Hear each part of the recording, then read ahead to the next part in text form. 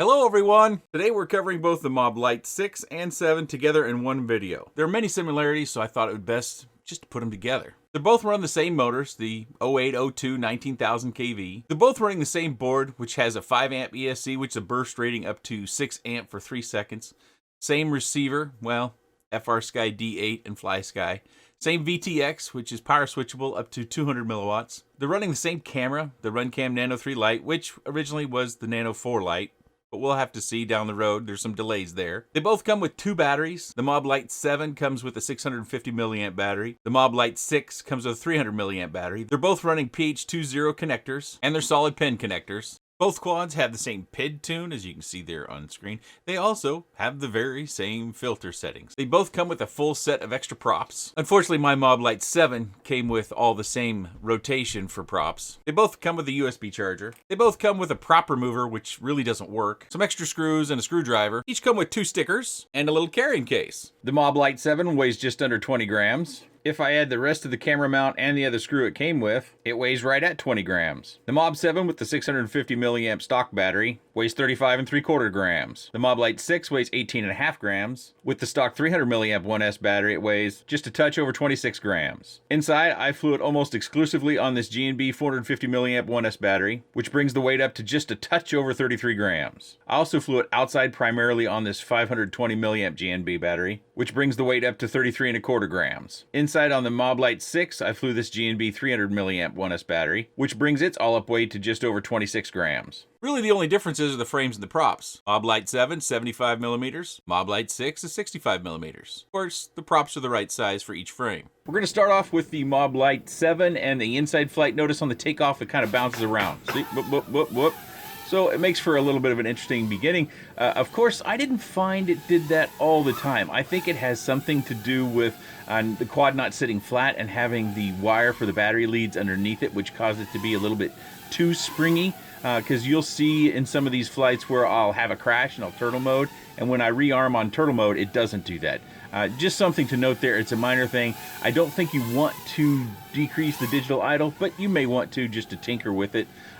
The short version of this video is, if you're considering these two, I think you want the MobLite7.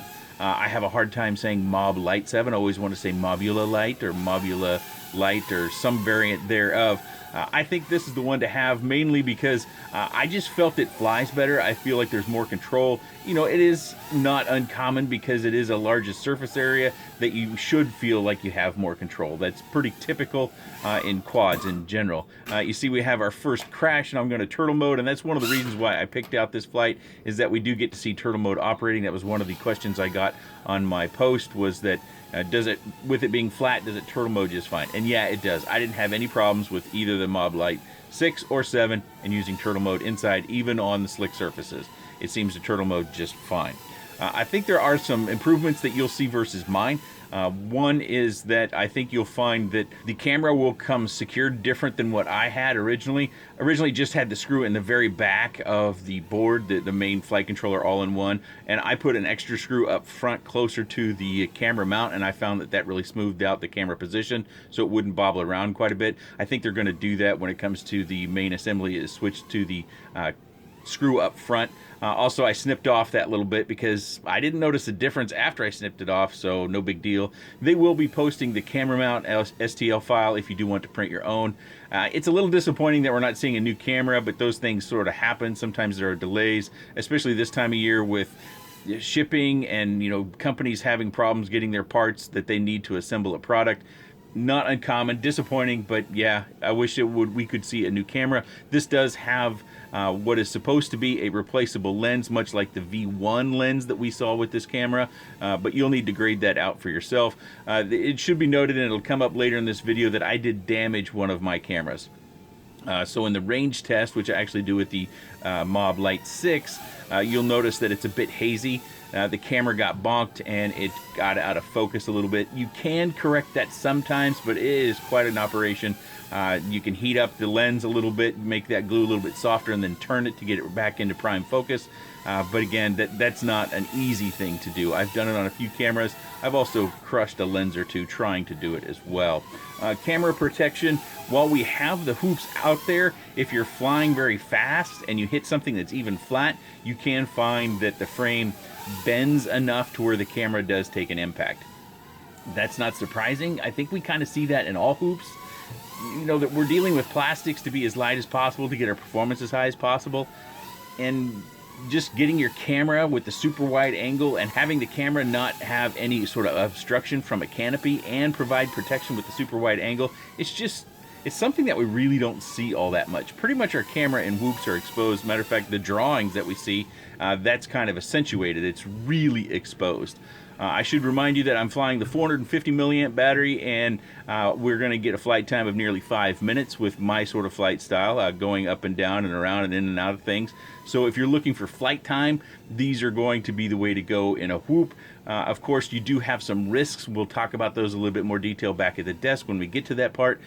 But the board has no protection over the top of it. So essentially, if you come crashing down onto a rock or some other hard surface, there's a potential that the board is going to be hit direct by whatever you crash on.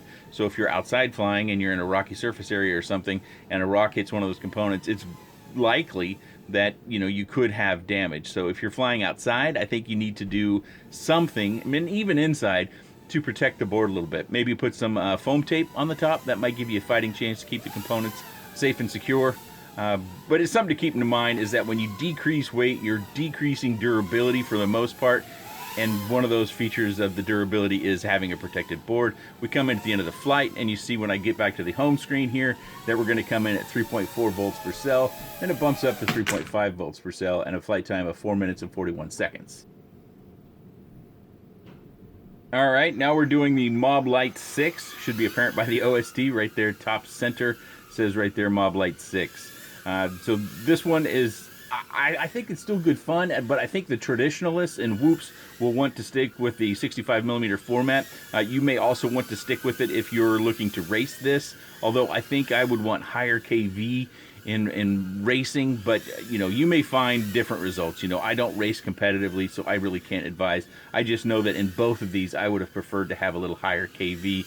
I should have also, on both of these, when I put the screw in behind the camera, probably given them more camera angles. So these flights might not be as fast as you've seen in other flights I have, mostly because I am so dependent upon having camera angle that forces me to fly faster, and then that's typically what I show in the review. In this particular case, when I set that screw, I didn't have as much camera angles as I probably should have. These flights are all at night, so you do not get an opportunity to see the camera with sunlight flying or coming through the windows.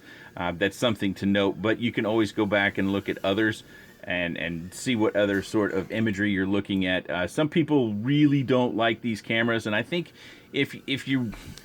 unfortunately, if your top priority is camera image, you're going to suffer performance when it comes to micros, especially something this small. You just can't get away from it. If you want top quality camera, even if you want the Caddx Ant Lite, that camera is going to be heavier than this camera. This camera is like 1.2 grams versus, I believe, the Caddx Ant Lite is 1.5. So there's all these different trade-offs you have to make. Some people don't even like the Caddx Ant Lite, and they want even better image quality, and then you're looking at a 4 or 5 gram camera, which is a really big deal when it comes to this size of quad and its performance. So again, those are things you have to grade out for yourself. What do you want? What are your top priorities? I do think that all micro props, and it's kind of accentuated in this one, and we'll look at it back at the desk, all micro props for these 0802 or push-on props should have the shaft hole drilled all the way through the prop. I just think that's tantamount so that we can get the prop all the way down to the bell. Matter of fact, if you're a longtime veteran, you might remember the Funta props. They were originally what we used on brushed motors, and they had their hub actually had a void in the bottom section of it. So if you had a washer or any sort of outcropping on the top of the motor, the hub actually went around that. That is ideal. So our prop designers out there, if you want any sort of tips, make that void in the bottom of the prop hub and drill all the way through on your prop so that we can get the prop all the way down. That's going to give us the best opportunity to make sure our motor shafts stay in good shape. One other thing to note that I did suffer some damage on the MobLite7 is I did break a standoff. I ended up fixing that with welder, and I used a rubber band on the top of that in order to secure those two standoffs side by side. You may have noted that in my picture. We're going to come in at the end of the flight here. Looks like we got about 3 minutes and 9 seconds, and our battery came in right at 3.5 volts. Here is an outside flight on the MobLite6. I am flying the 650 milliamp 1S battery. Intentionally, I've picked this flight. I'm actually kind of flying kind of tepidly. I'm really trying not to take too many additional risks. It's about 40 degrees outside, and that's one of the things to remember about plastics is when you fly them outside and the temperatures are very cold, that when you have a crash, your risk for damage goes way up. Plastics don't like to be cold. Matter of fact, not too long ago, I had my 15-year-old take out my trash can that used to sit down here. It was what I would throw my lunch and various packaging in for trash, and he took it outside and he bonked it on the driveway as he was collecting all the different trashes to take it down to the corner, and when he put it down on the driveway, it broke out the bottom of the trash can. So that's just a real-world example of plastics breaking in the cold. That day, I think it was closer to about 24, 25 degrees. It was an evening. The sun was down. This day, as I said, was about 40 degrees. We will get a flight time of a little over 6 minutes with this. With this typical flight style, I think you could fly it longer if you fly less aggressively. You know, flight time is a huge variable, and that's something that I try to give you a fix on, but if you don't fly like I do, at the altitude I do, at the humidity I do, if all those different variables aren't the same, the flight time will be different. You know, if your batteries have been hit real hard, or maybe the batteries are by chance low quality, or something has happened to the batteries. Maybe they were left at a discharge for way too long, or they were overcharged way too far, or something. There's all these different variables that could be involved in your flight time, so they may vary. I hope that I can make that clear, because it does seem like flight time is something that I hear about relatively recently, and even I made a big deal about it when I did the last review on the Envision, the Junior Racer 75, about how it was a 3S whoop and it was too heavy and the flight time was too short, inefficient. You know, I made a big deal of it because it did have short flight time. So I'm trying to make sure that we all understand, as far as my perspective goes on flight time, there is a very large variable. When we get back to the desk, I'll do some picture-in-picture flying that you can also see. I did fly the Mob6 outside, doing kind of a range test as far as the SPI receiver as well as the video reception, and I do think the short order of that is that it's better. I was able to get across or around my neighbor's house, so my video reception was actually pretty good. My control link worked out fine. I was able to get down the block about 4 or 5 houses on the far side of the street, and that's, as far as an SPI receiver goes, that's pretty dang good. If you're wanting extreme range, especially from your control link, a D8 receiver just isn't the way to go. Of course, again, there are variables to that. You know, what goggles do you have? What receiver modules in the goggles? What antennas do you have? What's your head position like? Your environment, is it heavy with RF interference? Is it not? You know, there's just a lot of different variables into those things. And so, you know, you may not get exactly what I get, or you may get even more than I get. Of course, my outside range testing was not to fail-safe, it was not to, you know, test the extreme limits. It was to give us a baseline of, you know, what you should be able to reasonably expect. I am running the Orca goggles with the rapid fire module, and it has been updated fully to my knowledge. I also have the True RC antenna up top, and I have an Axie, and I point one antenna straight up and one antenna straight down. I believe my True RC antenna is the extra long one to get up above my head, so that my head and all of the water inside of it does not provide us any interference. I am flying with the Tango 2 and the X-Lite, or the iRange external module on mine for D8 mode. Remember, these are D8, so if you have a new radio that's straight from FR Sky, most of those don't do D8 unless you happen to have the older radio firmware on there. So it's something that you need to be very sure about if you're getting invested in micros, is we need D8. Also, I should mention that the flight controller is, at least in some part, a collaboration with Angry Don, a team pilot from Happy Model, and we've seen a lot of different sort of ideas through the adventures of Whoops kind of come together. We saw Mr. Shutterbug. He had gone to great extremes to make just the lightest weight Whoop he could using Rennie screws, and I think he's even working on that more. But so we have a lot of people to thank. Yellow Baker, or Bacher, I think, he used to fly all the time, and we would see his flights on on Facebook and Instagram, and he would have the camera down between the whoops. I can't even say he was the first to do that. He's just a really great pilot. I wish I could see more of and what he can do. He was one that I noted that flew with the camera between the whoops. Of course, you can just glue the camera in place using some welder. If you're wondering about where to get welder, I get it from Amazon. There's a link way down in the video description to where you can pick up your welder. I like welder because it stays flexible and it does peel off, so you shouldn't damage anything with welder. And also, if you repair your frames with welder, because it stays flexible, it shouldn't create a new break point. So if the stress stays where you've already glued it, then you should not have a different break point. It should just flex in that normal break point. Of course, if you hit a different way, you might get a new break point, but so I hope you understand what I'm trying to say there. We're coming up near the end of the flight. Let's see, we got, what, 5 minutes and 30 seconds. So that's pretty good for a lot of forward flight. I think if you were much more cruisy and consistent on the throttle, you could probably easily get 7, maybe even 8 minutes. So I'm very curious to see what everybody else gets out there when the reviews start to roll in. I know the team pilots should have these as well, so we'll see what they have.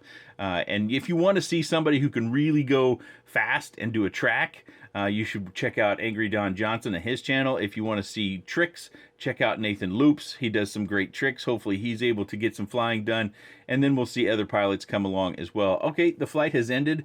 We got 6:05, and our batteries are going to inch up there. There we go, 3.5 volts on that battery, so in good shape there. So the first picture-in-picture footage I'm going to show you is going to be the range footage that I did with the MobLite6. And so I go way up the block, and I also, if you watch that very closely, you'll see me go across the cul-de-sac, which, if this is my house, this is the other house. So I fly from my front porch, and then I go this way around their house. Again, to give you a baseline of what you can expect with the video reception, as well as your control link. A few things that you see here already is I've got a rubber band on here. I think I didn't have that on earlier in the video. That wasn't to misguide you. It was just one of those things. I think I took it off to weigh it and then never put it back on. This is the standoff that broke, and the reason why that was on there is, one, to keep it taut when the glue set up, and the other piece was that this glue is flexible still, which I like the fact that it's flexible, because then it won't break there again or break some other piece. It will absorb some of the stress, so our break point would need to be somewhere else. But I did want to shore up this standoff a little bit by adding some resistance to the standoff that isn't broken. So it's something to consider. You will get 2 rubber bands, I believe, in your kit when they go production. There is a link down in the video description, of course, that you can go to. Pre-order, I think, is all we can do right now. On the MobLite6, I added the rubber band down here. This is something, these are loom bands I bought off of eBay. A couple of years ago, I bought a bag of 500 for like $5 or something like that, and I've been working my way through them ever since. Some of you longtime subscribers have seen my bag out. I didn't get it out this time, but the bag is still very, very full, even though I tend to use these rubber bands on just about all of this style of 65mm quad.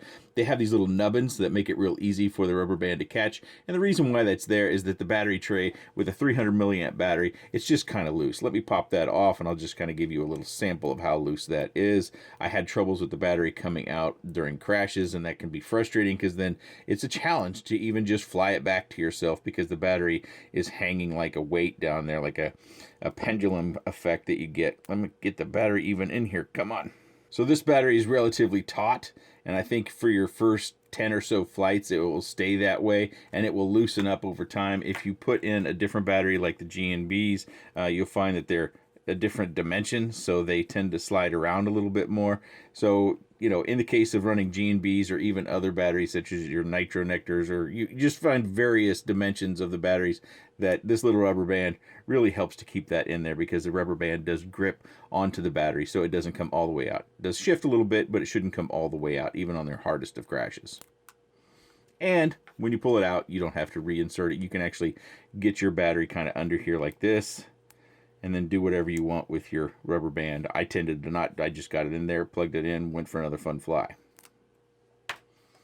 I don't think I called it out in the quick roll, but we don't have connectors on this board anymore. If you want to buy this board separately with connectors, I don't know if that's going to be available or not. So something to keep track of. Also binding, because this is running Betaflight 357. Some people won't care for that. If you're a new pilot, please do not update your firmware, because you want to try Betaflight 4, 2, or whatever's out at the time, unless you know how to PID tune, unless you're comfortable learning how to PID tune. I couldn't tell you how many questions I get of someone who hasn't done PID tuning before, and they flashed Betaflight, presumably because they hoped it would make them fly better or make the quad fly better. It really will make such a small difference. Get good at flying with a working quad, rather than to flash a new firmware and make your quad unusable or unstable because it doesn't have the proper PID tune. Also, a good note is that Patrick J. Clark of the Mockingbird project, he will be getting one, if not both of these, and then we'll see Project Mockingbird PID tunes. I know many fans out there like his PID tunes, and I read about them all the time. I've only tried a couple of them. It tends to be for angle mode racing, but you can also use his PID tone for acro flight.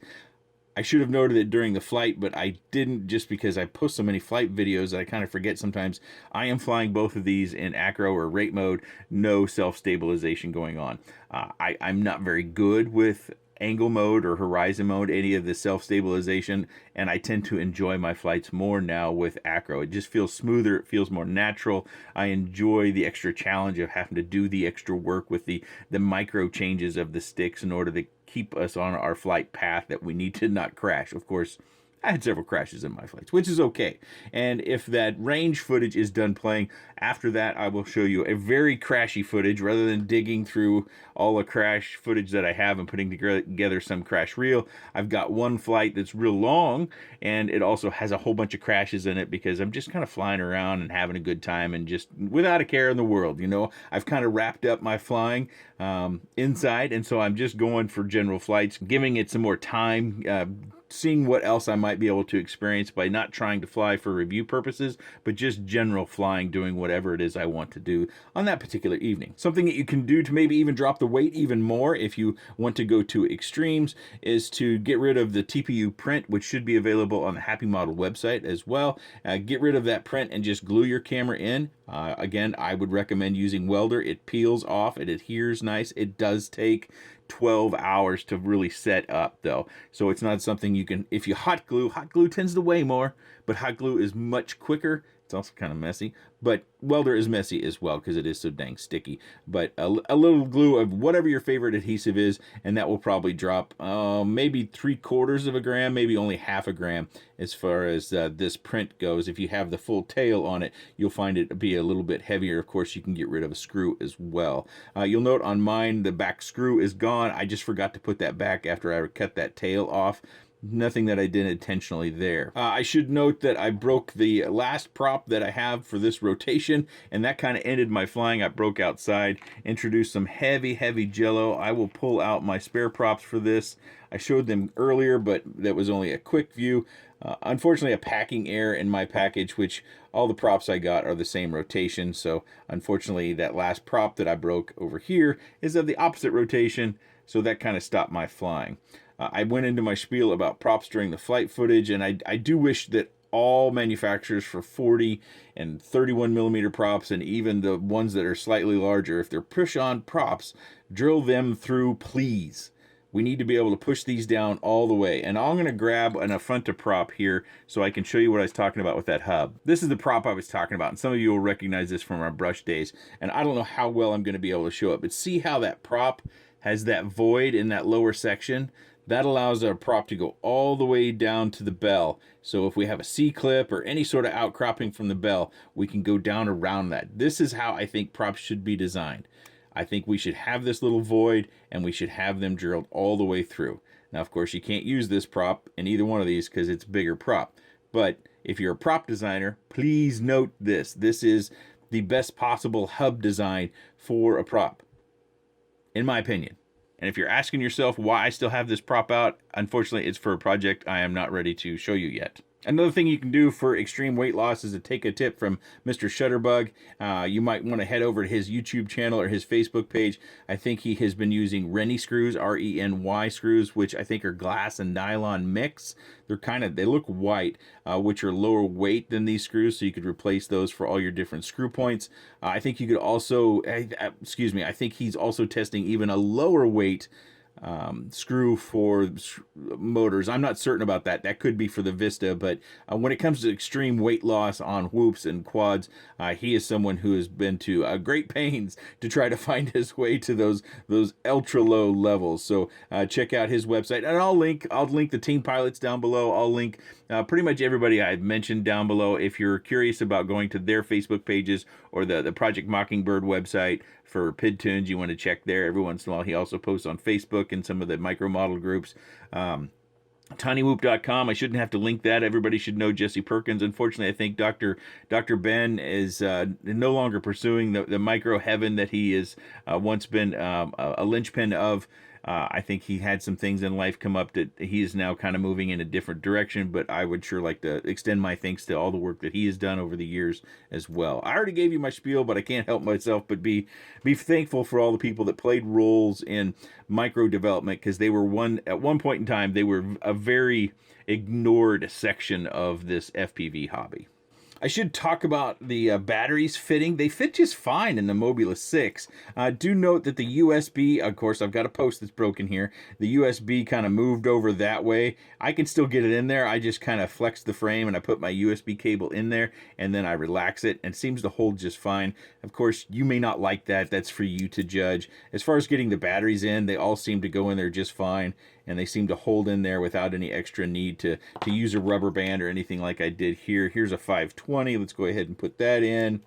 It holds in just fine, all the way down to a 450. I don't think they make anything smaller than a 450 in this size or format. No, that stays in just fine too. Of course, you could fly a 350 or a different 300 in this. You're just going to need some way of keeping the battery in there. Let's get a nitro nectar out here.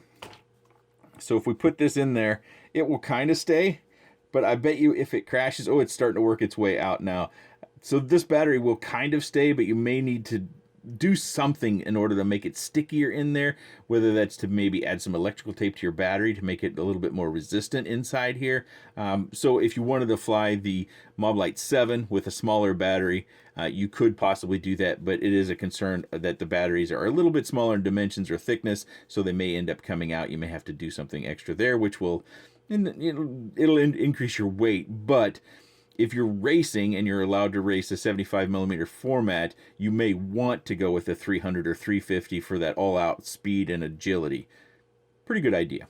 Also, I think your props when you get yours will be green. I think they will match the canopy on the MobLite6. I think this will stay put just where it is. Of course, it's running the GemFan 31mm props. The price of both of these down in the video description is $89.99. Of course, that is not going to include any shipping costs because they're coming out of Banggood exclusively right now. As we see other sellers on the market with the availability of these, I'll link those down below as well. It looks like this one's pre-order as of my recording, but this one doesn't have pre-order, but that could change any moment. If you're looking for replacement frames, I'll link that down below for the MobLite6, and it's essentially the Mobula 7 part upgrade M7 frame V2. It's I encourage you to try the black one out, but you may want to buy the transparent white as well as the black. I think the black ones hold together better. I don't know why. I don't have any science behind that. It's just in my experience of flying the black ones, I tend to have to repair them less. Maybe they're made by somebody else or something of that nature, something strange. Maybe I just have a propensity for the black ones, so I fly them more nicely. I don't know. So what do you think? Are there areas of other improvements that we might to make? If you want to look at more detail at the board, I didn't pop those out and go over all the solder pads. I'll link the Happy Model website for this board, and you can take a look at that to see what other sort of maybe external receiver you might want to be able to hook it up to, because right now this does only come in FrSky and FlySky. If you're wanting to run DSMX, you're going to have to add a receiver of your own. Of course, I'll try to get a coupon code, and I'll put that down in the video description as well. If you have any other comments, questions, suggestions, or otherwise, please let me know in that section down below. I appreciate your time, and thank you for watching.